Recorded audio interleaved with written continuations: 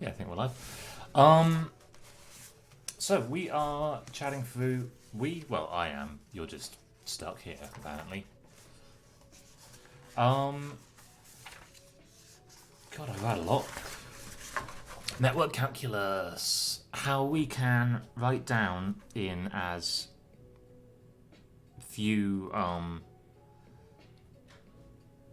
steps as possible a neural network that achieves a certain function. So basically, how can we write a programming language for neurons? Something that I haven't said at any point yet is, for anyone watching this who hasn't been very keyed into debates about machine learning, or even if you have, you might be asking, like, wait, when you say neurons, do you mean truly how the human brain works? And the answer is sort of. Not yet, but at some point I will go through how this is the same and different from how the human brain works. I think my personal opinion is that it's a lot closer than the general consensus seems to think it is. I don't think there's anything unknown about the brain at this point, apart from some of the kind of smaller details. That doesn't mean that we know everything about the brain. We know almost nothing about the brain. But the basic building blocks of how it works, I think... Now, this is the kind of thing that you say and you regret hugely a year later. I don't think we're far off. There's a lot of little bits to be worked out, but I don't think we're that far off. Anyway, so we are playing around with some of these, and I'm just going to jump in and do some more. If they're not making any sense, try the previous video. If they're still not making any sense... Actually, if they're still not making any sense, and you are putting in some good faith effort to learn this, then let me know, because I'm coming up with this on the spot. This is first time teaching this.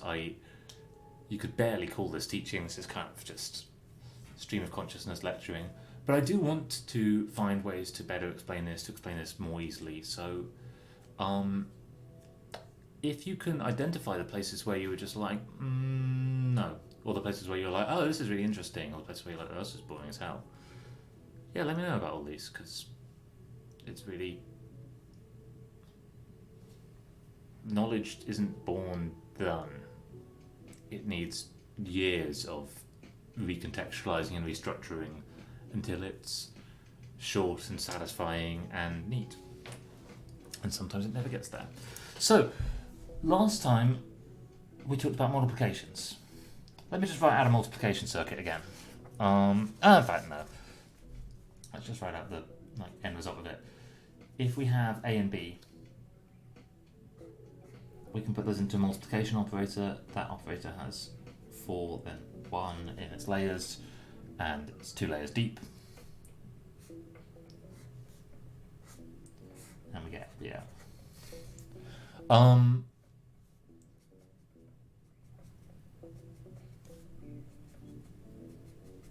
So that's multiplication. So what about squaring?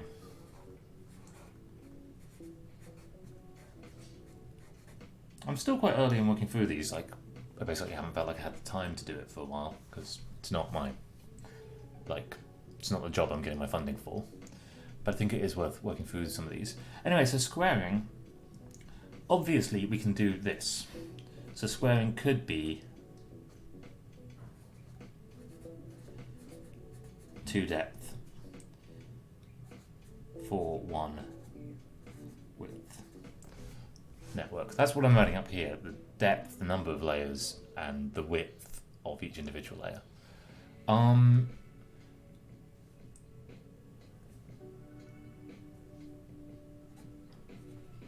Via using the multiplication function. But here's a cool thing: we can do better than that. Only a tiny bit better, but I think it is still interesting. And the way we can do that is if we bring in... By the way, I'm working off old notes here. I haven't looked at these in ages. I might find out halfway through that's not true. If we bring in passing a value of 1. Now we're going to see quite quickly that passing a value of 1 is useful at a bunch of different times, and we can talk about where we get this 1 from. For now, we'll magically just pull out the 1.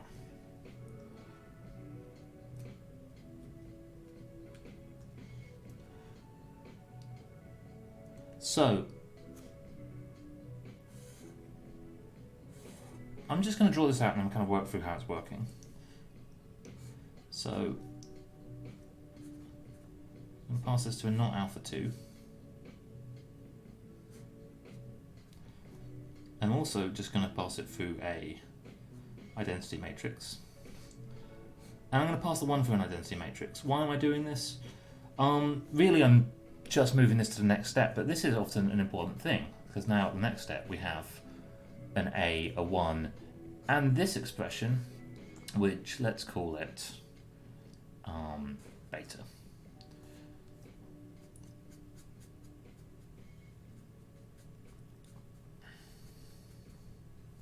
So what is beta? Beta is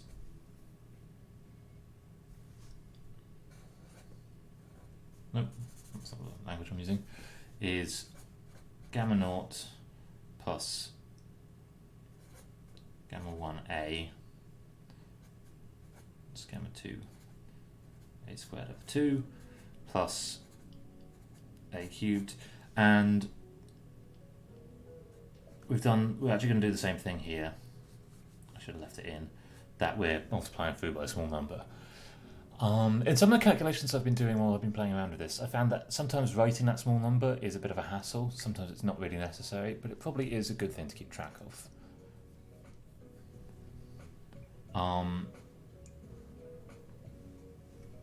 So actually, if we're keeping track of it, which again I think we should, this is gamma naught plus a gamma 1 times lambda, our small number, plus a squared over 2 gamma 2 lambda squared, and the reason we're dropping the rest is because it's all of lambda cubed.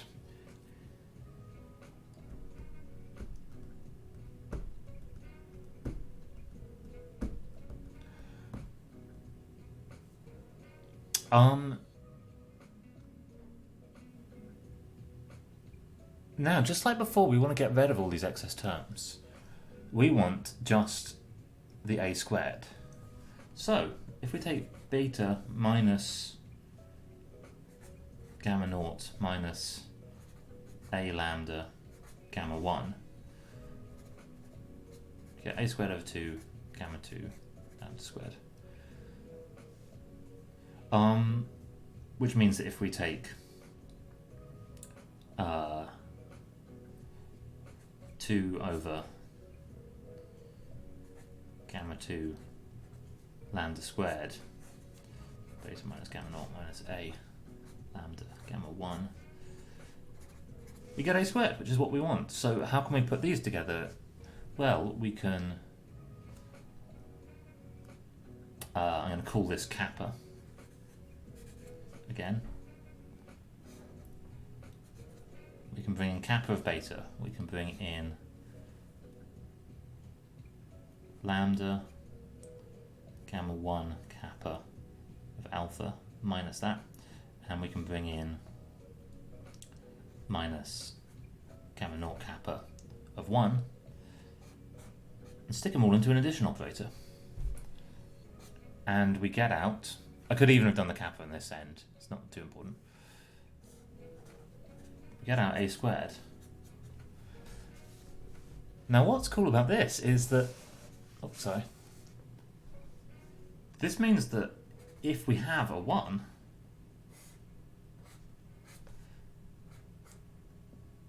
I'm going to call this the dot squared function, we can actually do this. It barely matters. In most networks I think this will matter not at all, but we can do this with 2 depth, 3 1 width to get a squared. Alright, the last bit of arithmetic I'm going to do before I go on to logic is cubing. And cubing, there's a variety of things we could do, like we could just do 2 multiplications. But in a similar way to squaring, there's some kind of surprisingly efficient ways to do it. So we want to go from A through some cube function to A cubed.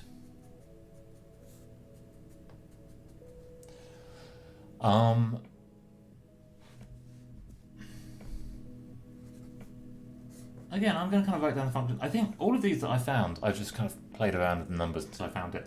And there may well be more efficient ways to do it.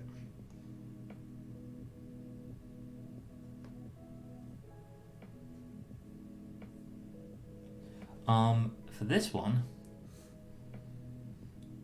still need our small number. I'm going to use for the first time that we actually want to evaluate it at alpha 2. So we want no second derivative. So this is the first time we've used the fact that the second derivative must be 0 at some point. Again, this is just if you want to have a more efficient cubing algorithm. So one of the things that I'm finding difficult to keep straight in my head is that there's all these conditionals of like what to use when. There's only a few that I've come across that are really, you absolutely need them to work that way. But so I'm just going to do a plus. This one doesn't even need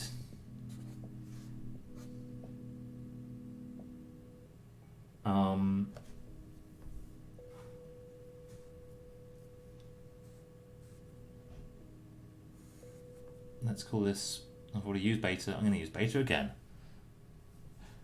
No, just beta. It doesn't even need a 1 being injected. So, beta is... Nostalgia literally means pain from an old wound. Oh, actually, no, I'm just noticing something about this. This particularly efficient version, it works with the swish. It might work with the integral of sigma. But it doesn't work in general because I actually need it to have gamma 1 lambda a plus gamma 3 over 6 lambda cubed a cubed, i.e. I need lambda naught, gamma naught and gamma 2 to be 0. It's bad handwriting, let's try that again. Gamma naught, gamma 2 or 0. And you can kind of see that we're going to do exactly the same as we did before. We're going to take these numbers.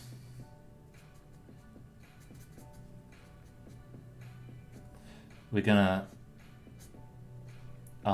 get rid of this term. So I want a minus gamma 1 lambda. This is just a normal plus. Stick it into a plus operator. Let's bring it up here. And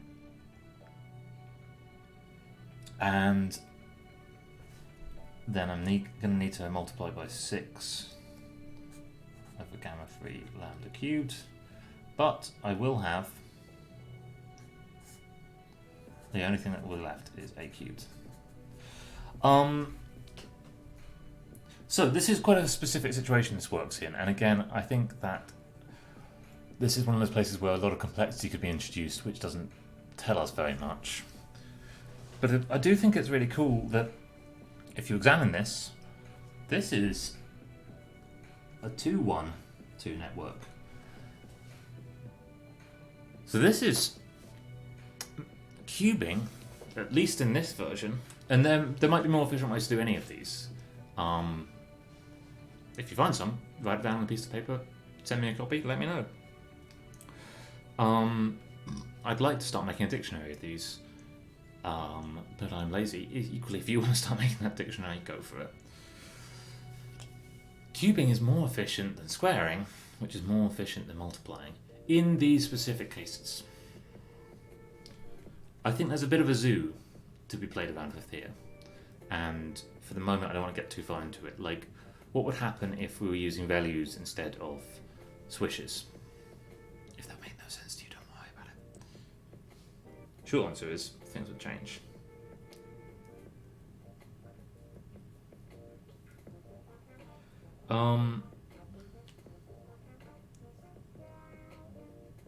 One thing that this means is that if you want really high powers of a number, you should go up in powers of 3, because you'll get to a higher number quicker. I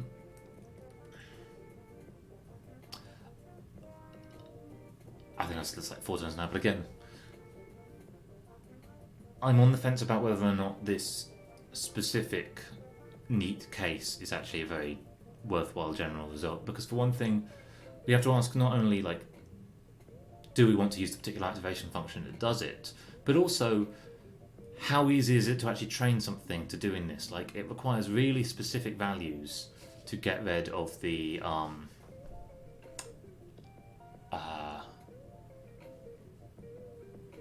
these through additive steps, and if this is just a little bit off, just a little bit of numerical noise, you'll actually end up being dominated by this term, and you won't get A cubed at all. That same thing is true of the multiplication, of the squaring. If these two terms don't cancel perfectly, you won't get A squared. I don't think that is true of the multiplication, because all the terms are...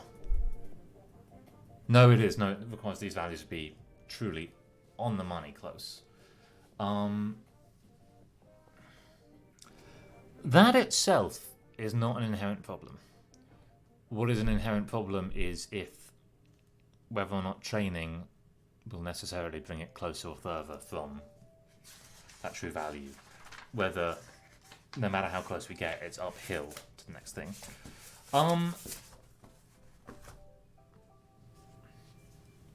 Quick, if you are watching this at home and you're thinking like, got some time on my hands, I'd like to play about with this.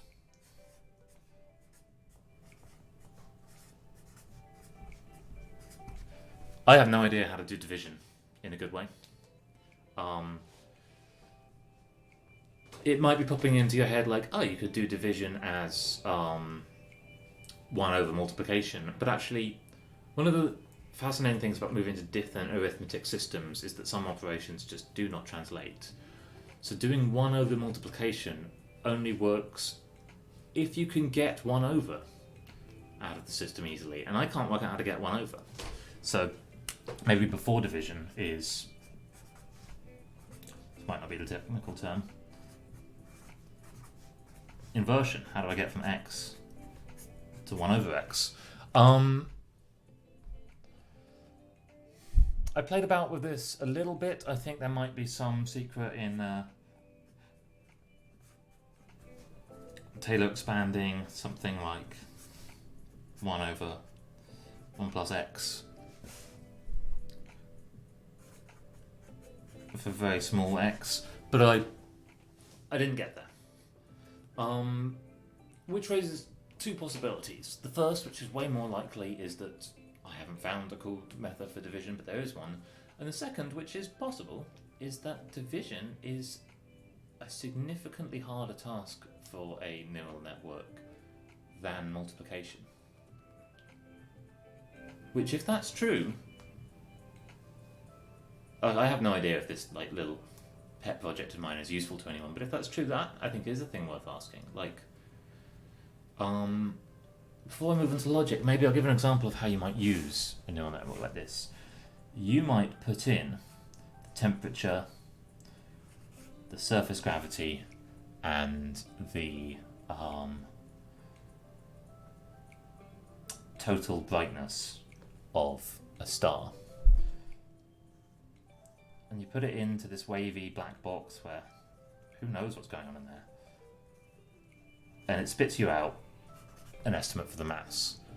And the idea would be to train this on thousands of stars, get your black box functioning well, and then pass it thousands of new stars and get the masses for free. Well, for free. This is a really common, the kind of machine learning problem that is being used all the time in astronomy.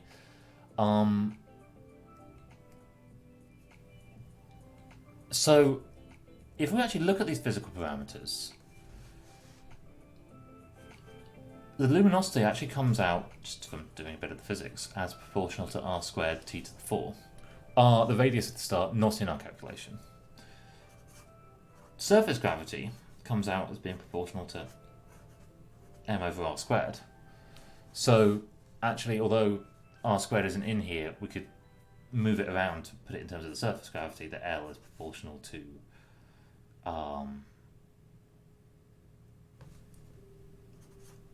surface gravity t to the 4 over m.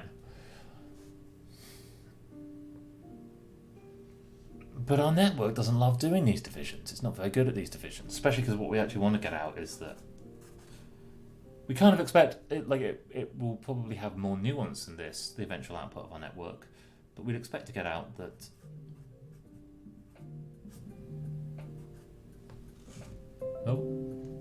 sorry, someone's trying to phone call me.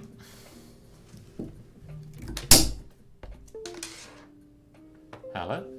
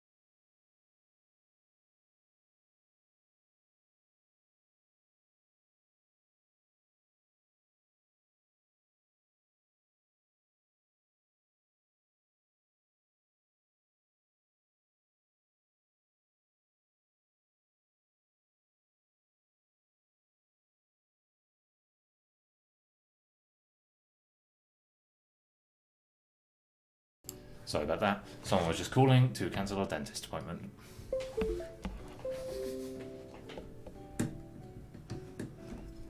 Probably actual lecturers don't answer their phone mid talking about something. Especially because the phone right now is the camera, so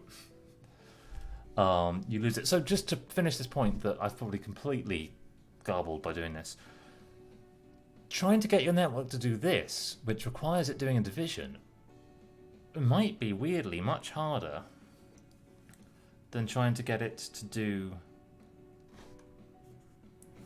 reach for some answer which doesn't have any divisions in it. So, although it's not quite so physically useful, luminosity times mass might be an easier thing for your network to predict than just mass. Because your network might actually have to be quite large to be doing a division. Equally, another solution to this is that instead of feeding in the luminosity, you feed in 1 over the luminosity, so that the division's already done for the network.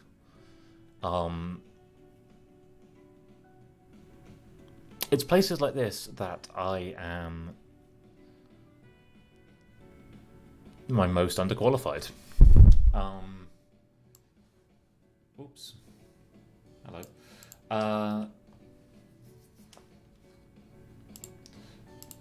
That I actually don't know exactly how this is done in machine learning communities. I hope they're doing this, but I don't know for certain.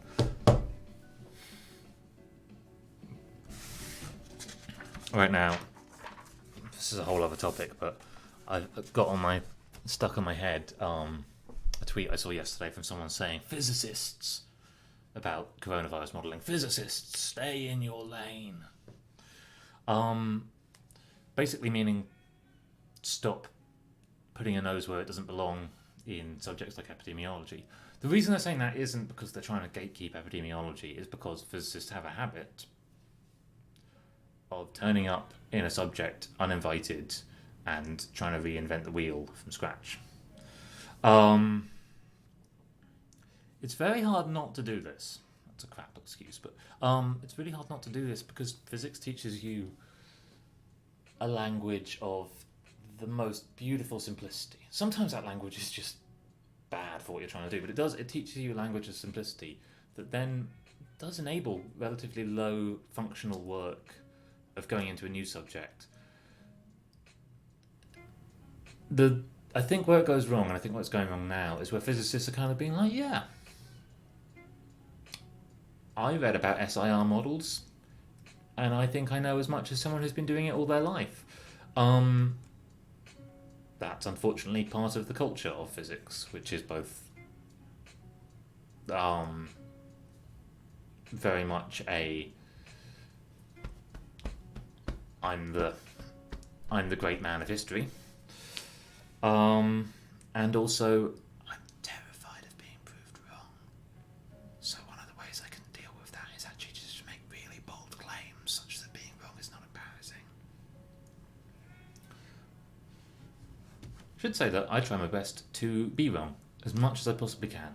I find it one of the quickest ways to learn. Anyway, you know what? I'm going to very quickly end the video and then come back up, because that way it's 2 separate videos on YouTube and the last 5 minutes have been fine at best. I'll just cut the video on YouTube if I ever go around to it. Let's just go straight into logic. Logic! So this is where I'm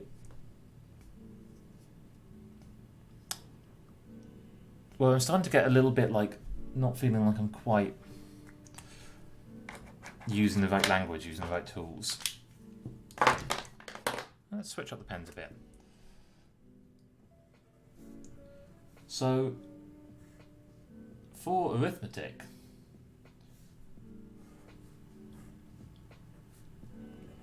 we've been using a function that looks like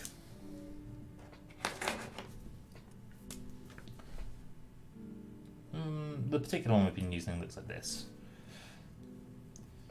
We could have used one of a number, but there's reasons that we might want to use this function, including that it's got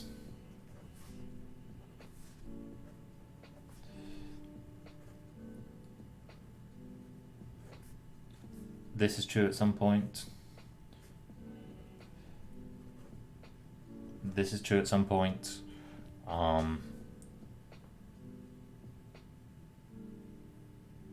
Wait, no, that's not where that's true. That's actually where g dash equals 0. But it's got properties that make it useful for what we're doing.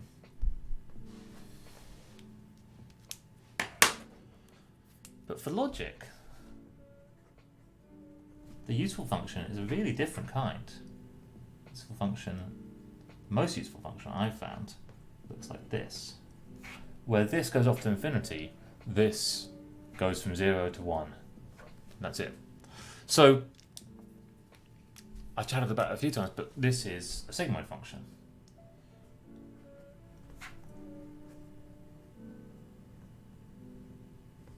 And you can check in your head what happens at the extreme values as z goes very large negative. E to the minus z is very large positive, and this goes to 0. As z goes very large positive, e to the minus z goes to very small positive, and this whole thing goes to 1. Now why is this good for logic? Let's say I want to ask a logical question of something. And I want to maybe, I've got some calculation, we put alpha and beta in, do a whole kind of black boxy nonsense, and then I get out alpha and beta, and separately alpha. So alpha times beta and separately alpha plus beta. Let's say that I also want to ask the question, is alpha greater than beta? And I want to formalize, obviously alpha and beta are going to need to lead into here. I want to formalize the logic about the question of, is alpha greater than beta? And then if it's true,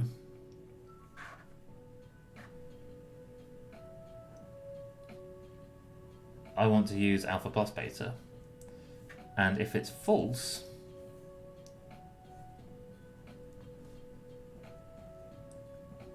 I want to use alpha times beta. So, one way I can do this is I can multiply. If this is 1 if true, 0 if false, and then I multiply this output, alpha plus beta, by this, well, if it's true, I'll get alpha plus beta, and if it's false, I'll get 0. So then if I add these two together, I will get either alpha beta or alpha plus beta, depending on whether or not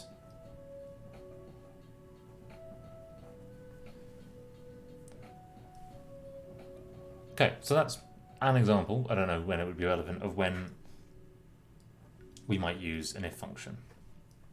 So how do we actually go about writing down this if function? I should have been using this pen all along. This pen is much clearer, isn't it?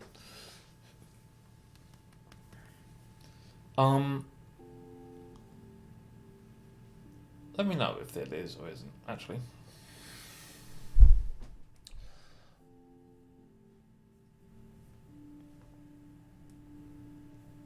Let's formalize this a little bit. I'm going to go back to the big pen. I don't know why. It just makes me feel better.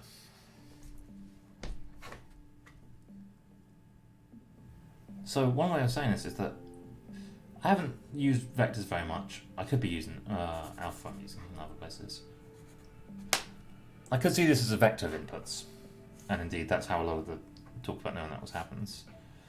And then I could send this to some function, like the multiplication function, but at the same time I could send this to, I'm going to draw it like this. I haven't found a good way of drawing this yet.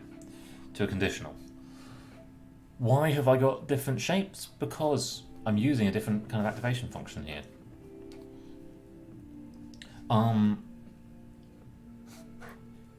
So that will give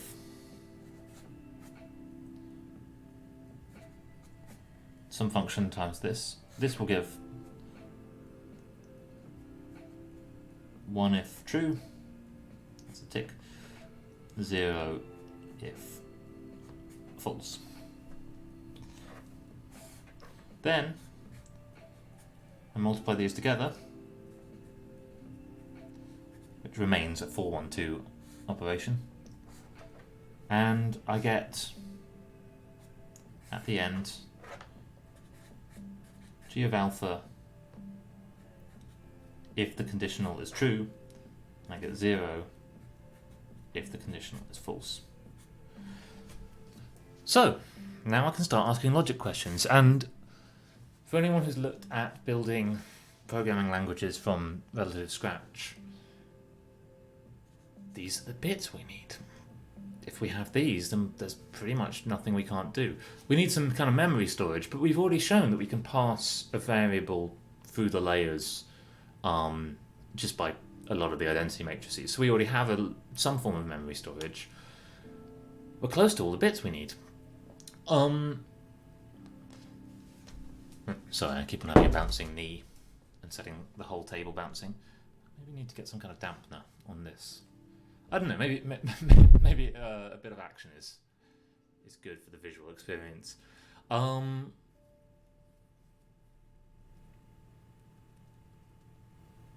By the way, side note, plug for a strange thing.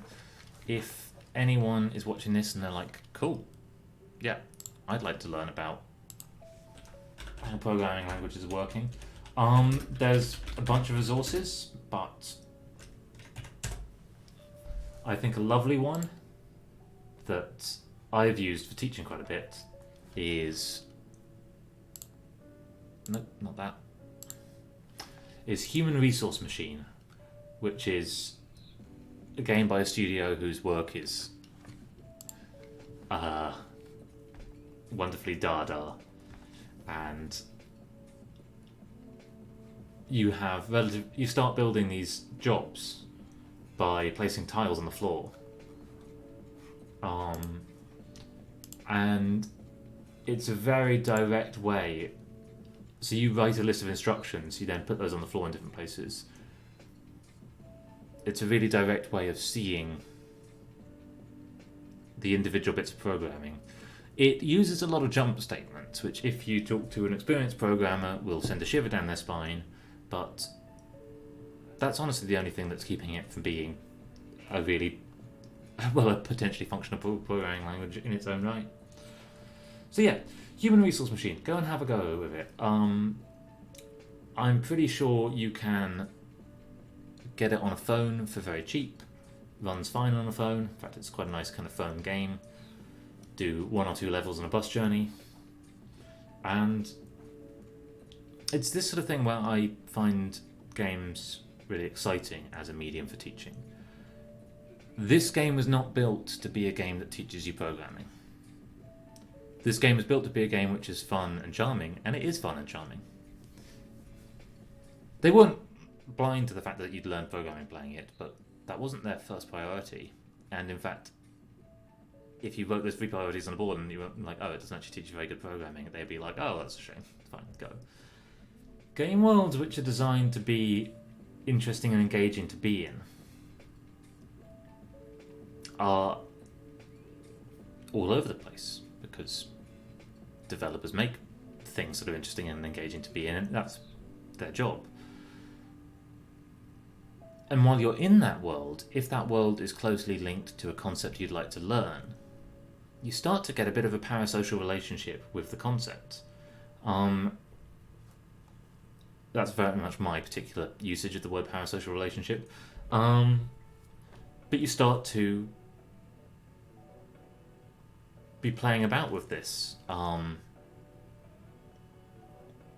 The arithmetic and the logic of it in a way that starts giving you collections of memories and makes examples intuitable, like a binary adder goes from something that sounds like it might be a snake to something where you're like, oh yeah, no, I get that. Maybe you don't even know the name binary adder. Maybe when someone just shows you it, you're like, oh yeah, I have made that before. I've been thinking about doing a series of videos on sorting algorithms, and I think this is a great intro to sorting algorithms. You'll do some sorting algorithms if you play a game like this. You won't be told you're doing a sorting algorithm. You'll just be told, give us the letters. So, let's go back to this. Oh.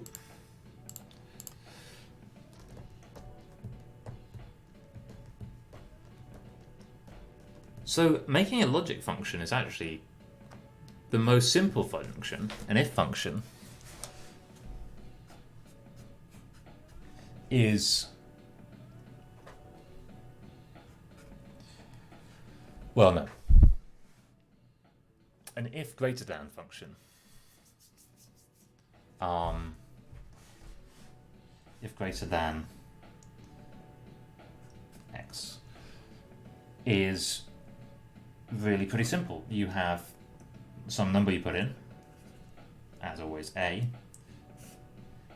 and you pass it to a sigmoid. And I don't have a good way for drawing sigmoids yet. I'm going to draw it as round corners. Maybe just as a circle. Yeah, let's just draw it as a circle. Again, we could do better with the visual language of this, and I will probably start doing better over time. A sigmoid with a value of x which will give you, it'll tend to 1 if A is much greater than X, and it will tend to 0 if A is less than X.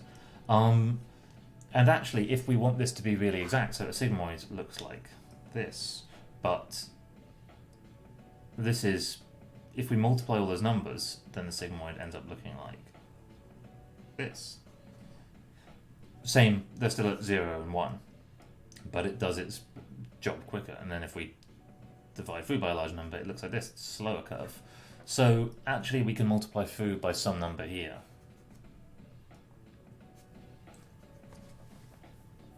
Oh, we don't even need to do anything on this side.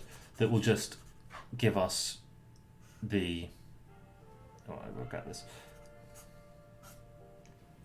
Draw it again, down here. The larger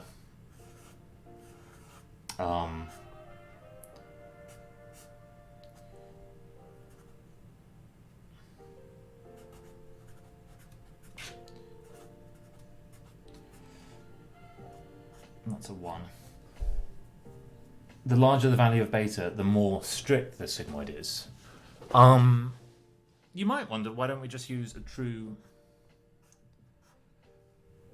top hat or cliffside function, step function, there we go, that's the name. And we can do, but step functions aren't very good, this is a thing that I haven't got into at all, aren't very good for training by gradient descent because they don't have well-defined gradients. The gradient is 0, 0, 0. Who actually knows 0, 0, 0, 0? Whereas this is a smooth function, which means it's basically better behaved. So you can see this as we can now write an if function, which actually depends on two things. It depends, or if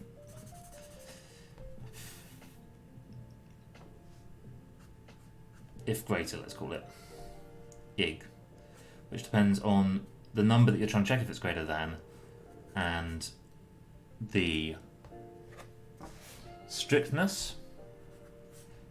So this is the comparison, and this is the strictness. If you actually want an if less, then that's just if greater, but with a negative sign on your strictness number.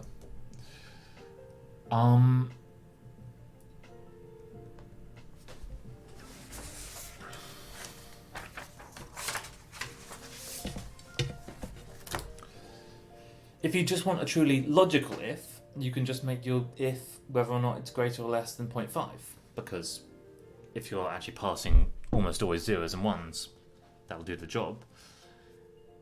Here is where, so like I said a few times, this is kind of the reason I'm making these video essays right now, is not because this is done and ready to be taught, but because it's really helpful to try and teach it and to see if anyone else is interested in it and just sort of put it out there. This is another place where there's some questions that I'm a bit stuck on, because in part of my lack of knowledge of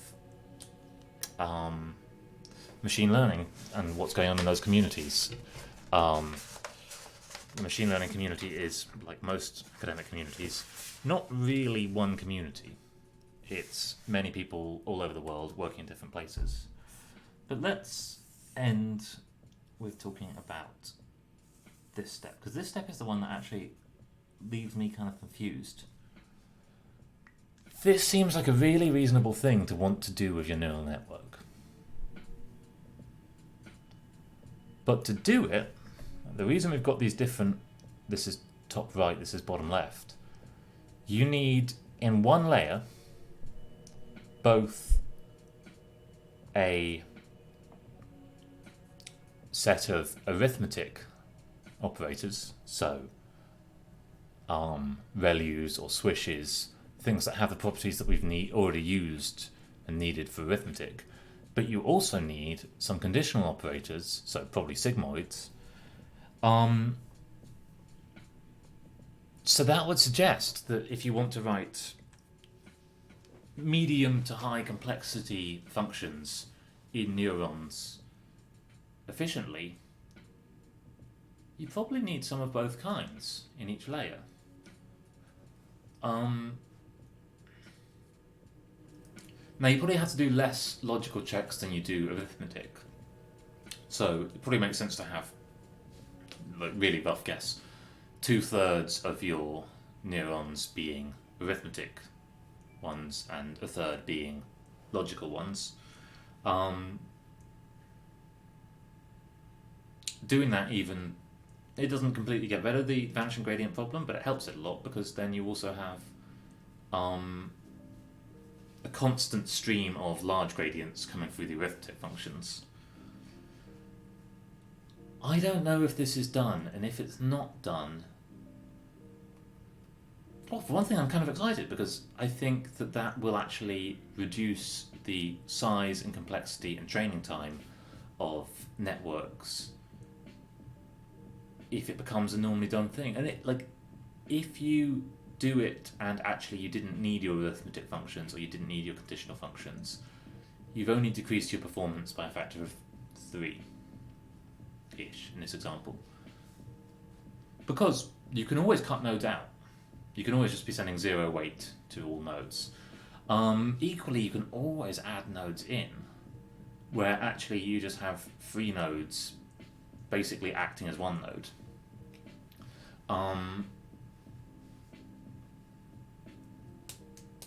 So I'm going to keep thinking about this both off camera, and I'm going to come back tomorrow, maybe. I'd say 80% of the times when I say I'll do a thing on stream, I then do not do it.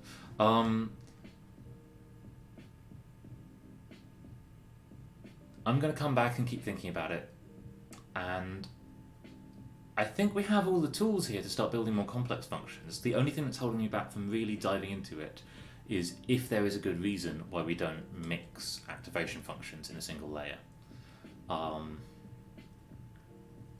Because I don't want to be 100 hours into playing about with these before I find out that actually there's some reason why it's impossible. So I hope you've enjoyed it. If you know an answer to that question, let me know. If you think this stuff looks cool and you want to play about with it yourself, I hope I've given you the tools to. If anything isn't clear, get in touch. And sometimes when I tell people that I'm just gonna stream live work, they're like, "But what if people steal your work?"